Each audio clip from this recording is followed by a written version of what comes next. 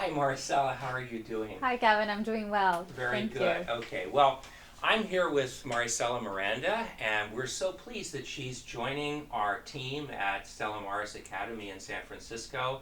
We're starting out on a great adventure with our new school.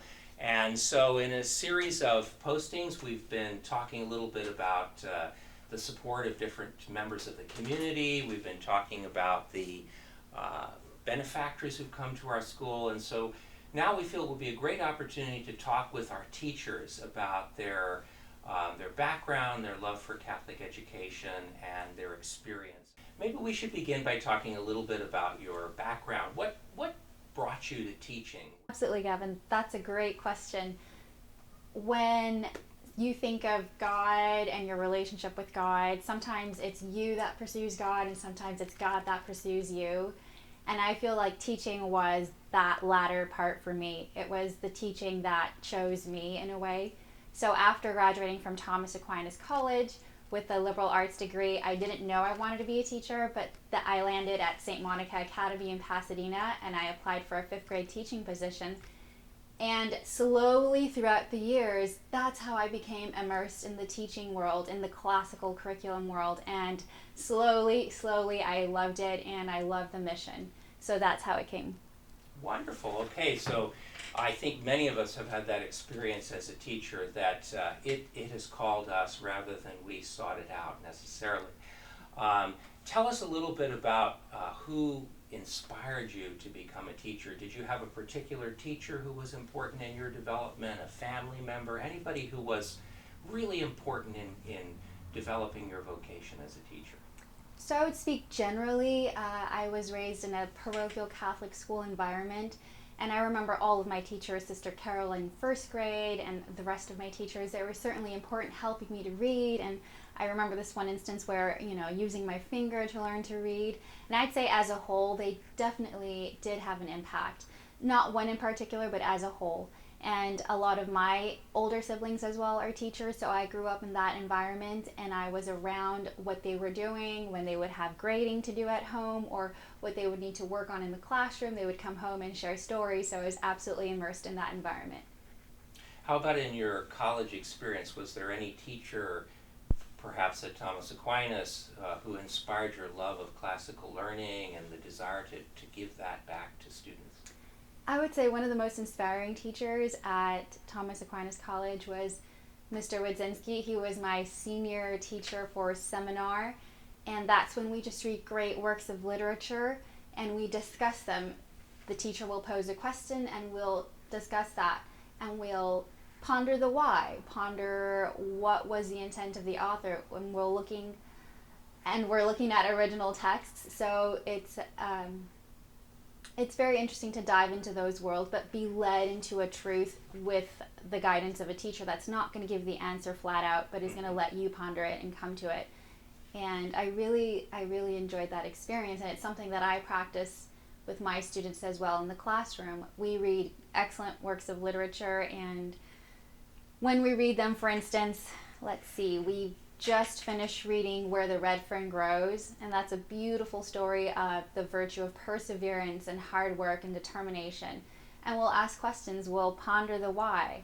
And it's not just a flat experience for students, it's something that's really memorable and will stick with them and help form character in them. So classical education is certainly about asking deeper questions, asking why questions, pursuing a topic a bit further than you would in an ordinary classroom.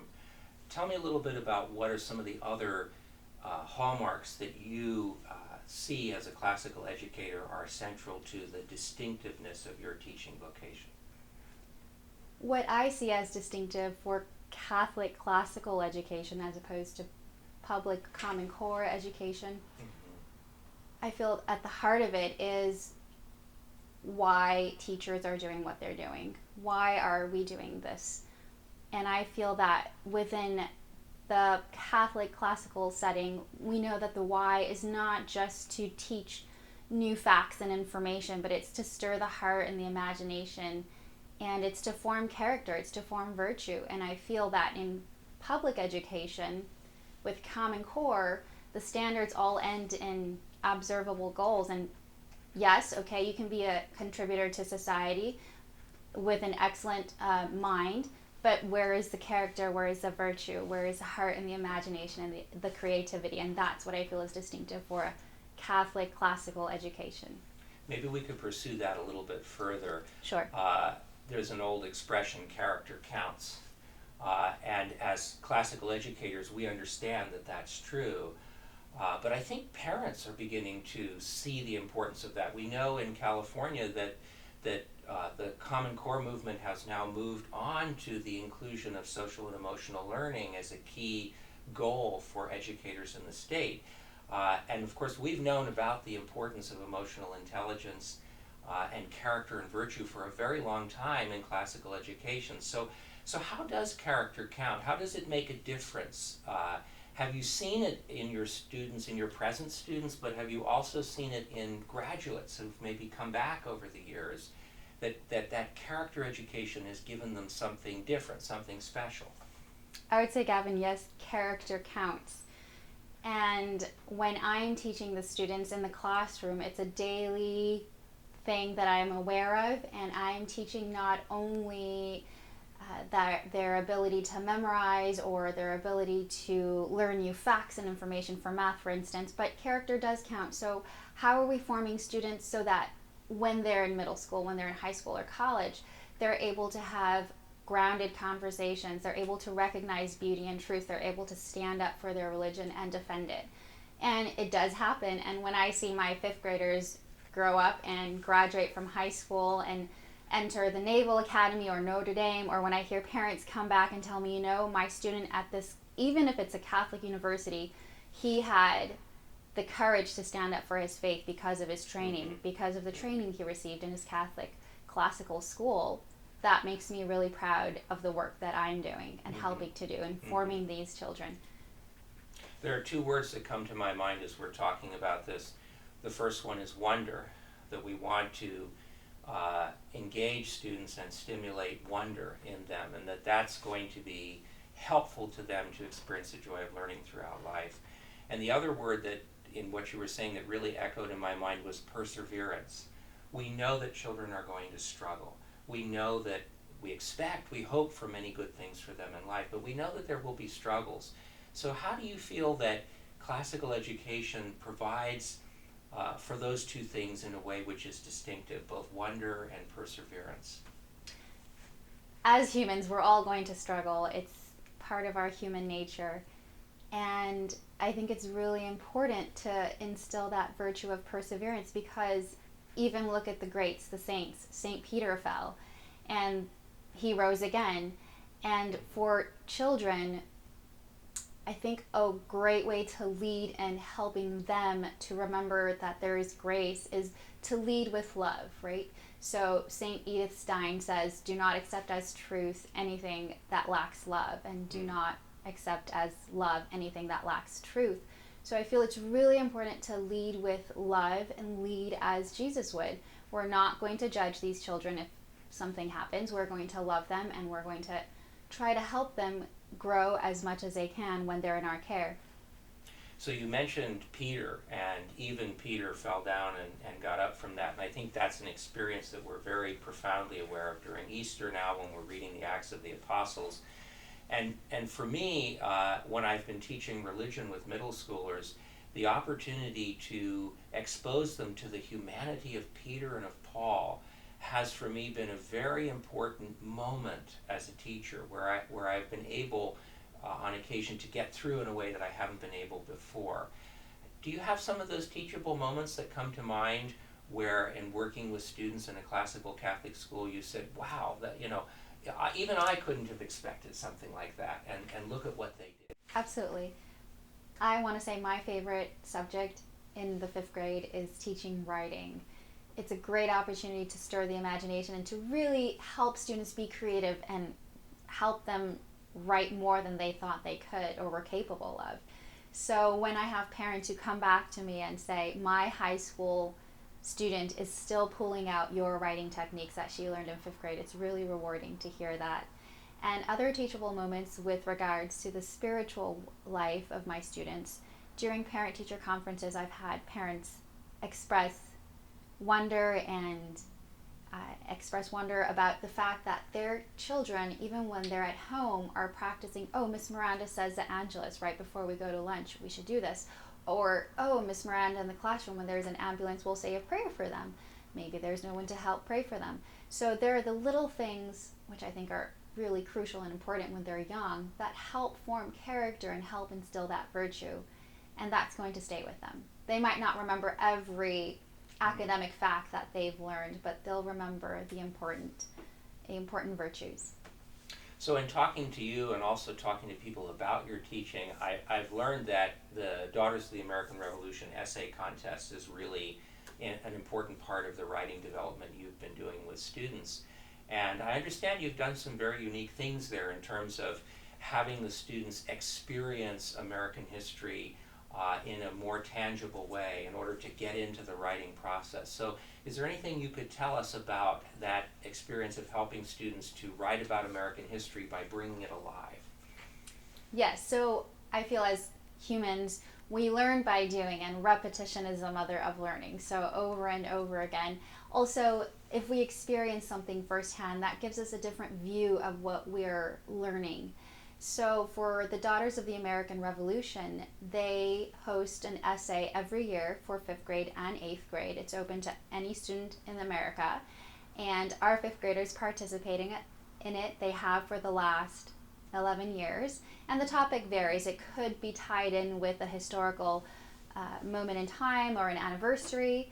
And so what I try to do to make that unique for the students is help them, immerse them in that environment, whatever that topic might happen to be. If it's, for instance, a couple years ago, the topic was the 200th anniversary of the founding of national parks.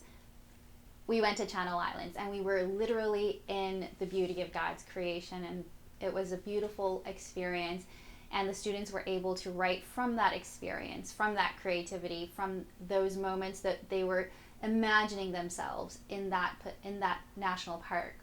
And so what I try to do is, yes, we have first, second, and third drafts. Yes, we hone their writing skills. That's important. But give them a firsthand experience of what the topic is. So let's see if we can get some of your secrets about the writing process. You talked about that. That's very important, I think. What do you see are some of the hallmarks of trying to help students to be better writers? What do they need to know? What makes, how does writing come alive for young people in a way that they can really find their voice and be authors? We use the Institute for Excellence in Writing by Andrew Pudewa. We use his curriculum, and the way he starts it is he has students already use paragraphs of fables, and what we do is we start by writing keyword outlines. So just 3 words per sentence. So we write a little outline for a paragraph. And then from that outline, we'll then recreate it. So the student will have to put away the original and try to come up with their own version of that paragraph. And recently I was reading that if you want to improve your writing, if you want to be a great writer, look at works of great authors, of authors that you admire, and literally, pen and paper, copy it down, and then try to rework it yourself. Give it your own creativity in there. And that's how you become a better writer. And it's a process. It'll take time, and it's not going to happen overnight, as I tell my students. So we begin with keyword outlines. We then make our way through different writing techniques. So we learn about how to write a great sentence. What about adjectives, adverbs? Are they necessary? Or is it best to write in clear, concise sentences that aren't bogged down by modifiers? And introductions are important. Your beginning and your ending. For all the works of literature that our students read, what I like to do is I like to point out writing techniques that the various authors employ, whether it's alliteration, or it's a repetition of verb, or it's a dramatic opening and a dramatic closing. And the students notice that, and it takes time, and it takes a while. And we work through a first draft, a second draft, and a final draft. And at the end, students are impressed with what they can come up with. So they have the information, they have the research. We've read books in the class for the DAR essay about the specific topic. We've gone on a field trip so that they can get that firsthand experience. And then what has to happen is they need to place themselves in that time period. What's their perspective? What are they doing as a 10-year-old in that time back in history? And through that starting point, then work their way using all of the writing techniques that we've been working on for several months leading up to the writing of the essay. So I think if I could summarize what I heard you say, being a great writer involves being a great reader. You need to be an apprentice at the feet of masterful techniques in order to develop that yourself. What about the teaching of math or history or science? What are some of the things that come to your mind when you're teaching those other subjects?